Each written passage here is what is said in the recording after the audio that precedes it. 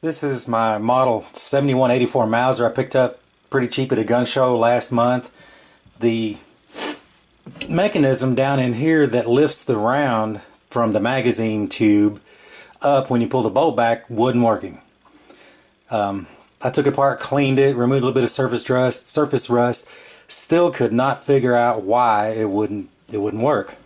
When I bought it, the lever here and the spring was broken, so I got replacements off of eBay on the internet, and finally what I figured out the problem is the radius right here on the spring was too large, or too small rather, for the spring to go down into the recess into the receiver. So I used my Dremel tool, removed just a little bit of material there, and now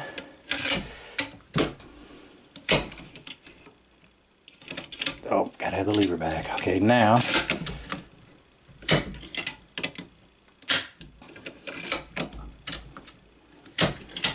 it works just like it should. Really smooth bolt. It'll be better when I get the metal back into the stock. That's what fixed my problem.